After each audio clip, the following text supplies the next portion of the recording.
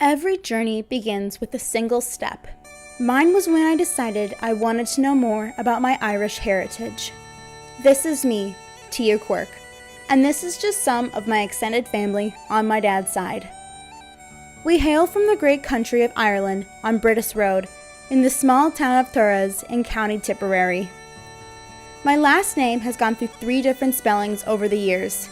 Our family crest is a pear tree, and we have a family motto, which translates to, follow what is right. The next step of my journey was learning who I descend from and how we got to America. Through my dad's cousin Chris and my great-aunt Jeannie, I learned that my oldest known relative is Thomas Quirk and his brother James. James and wife Sarah stayed in Ireland, but Thomas came to America in 1842 aboard the SS Wave. He landed in New York and moved to Fairport, where he married Mary Taylor. Together they had 7 children: Mary, Martin, Jeremiah, Michael, Kate, Morris, and Bridget. I descend from Michael. He moved to Harrisburg, New York, and married Mary Clearhar, and they had 1 child together, Eugene Quirk, my great-grandpa. After Mary died, Michael had another child named C. Winford Quinn, but unfortunately we do not know who her mother is.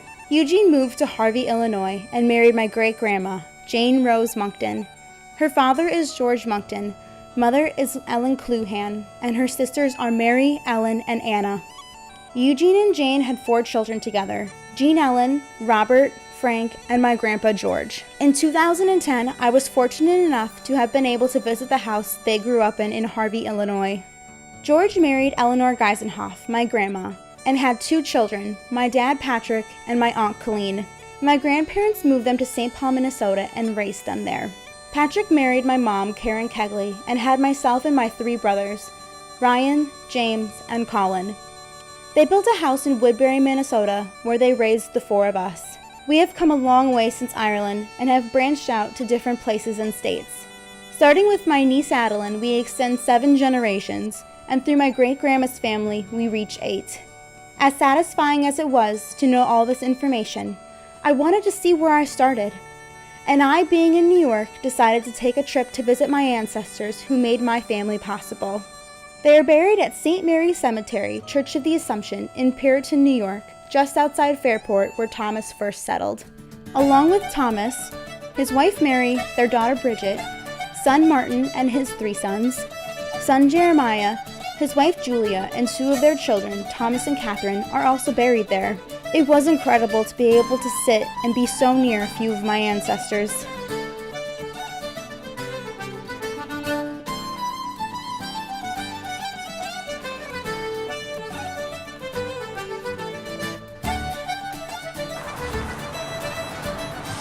Oh, how ironic.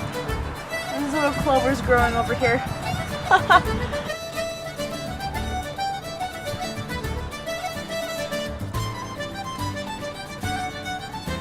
So this is it. This is Thomas's grave. I mean, as far as my family is concerned, this is the first known relative that we know of. And he's right here. After visiting the graves, I decided to make a large leap in my journey. I booked a ticket with my dad to Shannon, Ireland, to see for myself where it all began. When we arrived, we took a bus from Ennis, and with camera in hand, the adventure began. We toured around a few towns to get a sense of our culture.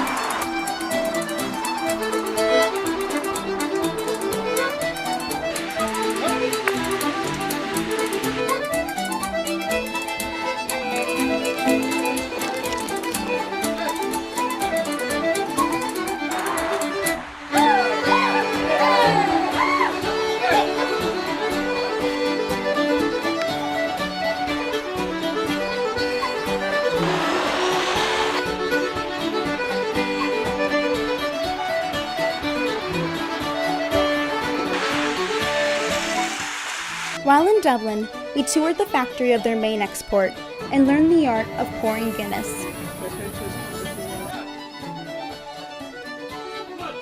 The last place in Dublin we visited was St. Patrick's Cathedral.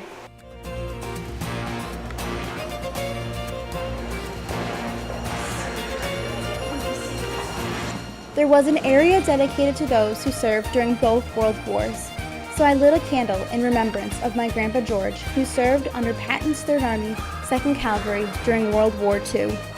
On the day we journeyed to Fureys, a rainbow gave us the luck of the Irish, and my excitement grew to see the homeland of my roots.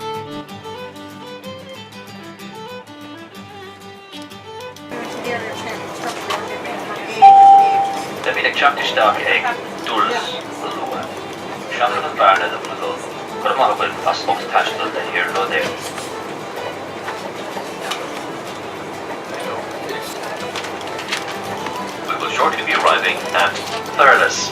Please mind the gap. Thank you for travelling with Jig and Reels.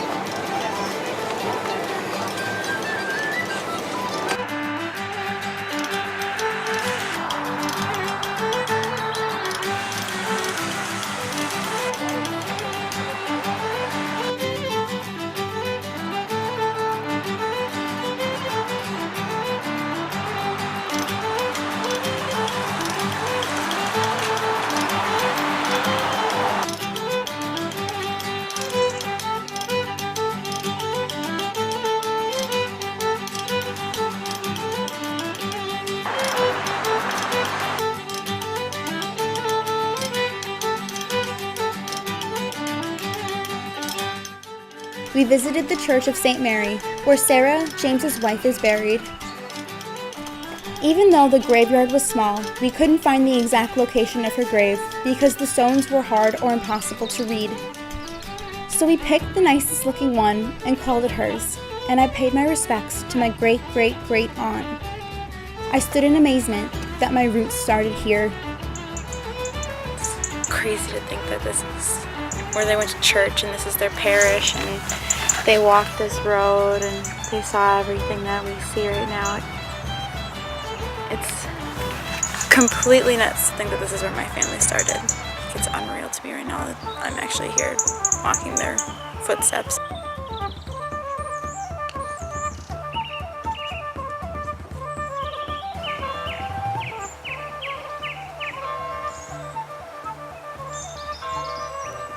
As I listened to the bells chime, I felt closer to my ancestors. I was walking a mile in their shoes. A few blocks down from the church was Brittis Road.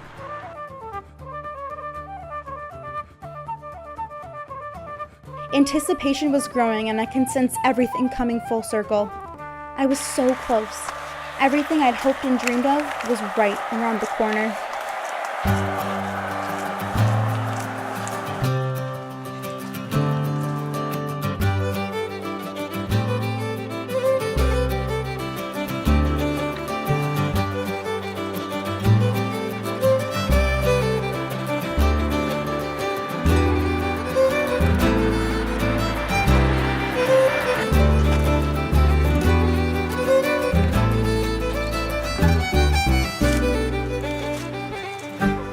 I was home. This was the birthplace of my ancestors, and I was standing there.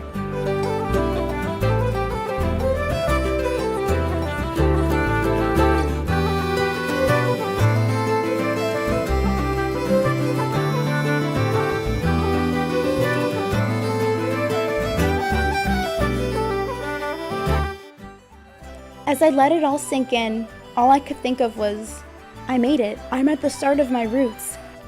This road took them to school, work, America.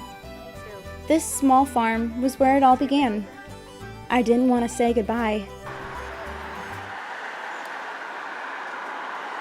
But I knew I would be back soon to walk another mile in their shoes and to make my own mark. And as I took off over the rolling hills of green, I was happy to have been able to experience this with my dad. So I didn't say goodbye, but a slán go foil. I'll see you soon, Ireland. But I didn't stop my adventure there. I went back to see Thomas and my ancestors with a little surprise. I brought some flowers and rocks I had collected from Fureys to lay by his grave. I wanted to bring him back a little piece of home. Really crazy to think that I've been in New York for 4 years, and I had no idea up until right before I leave that my entire family on my dad's side came over here from Ireland and lived here. And I'm thankful every day that I'm born into a family like this. I'm nowhere near the finish line of my journey. The hunt to discover more branches on my tree will always continue. But I know I can say I learned a tremendous amount about myself, and I now have a deeper appreciation for my heritage, and I'm proud of my Irish roots. I will forever try to live by my family's motto, by staying true and following what is right. It's a long way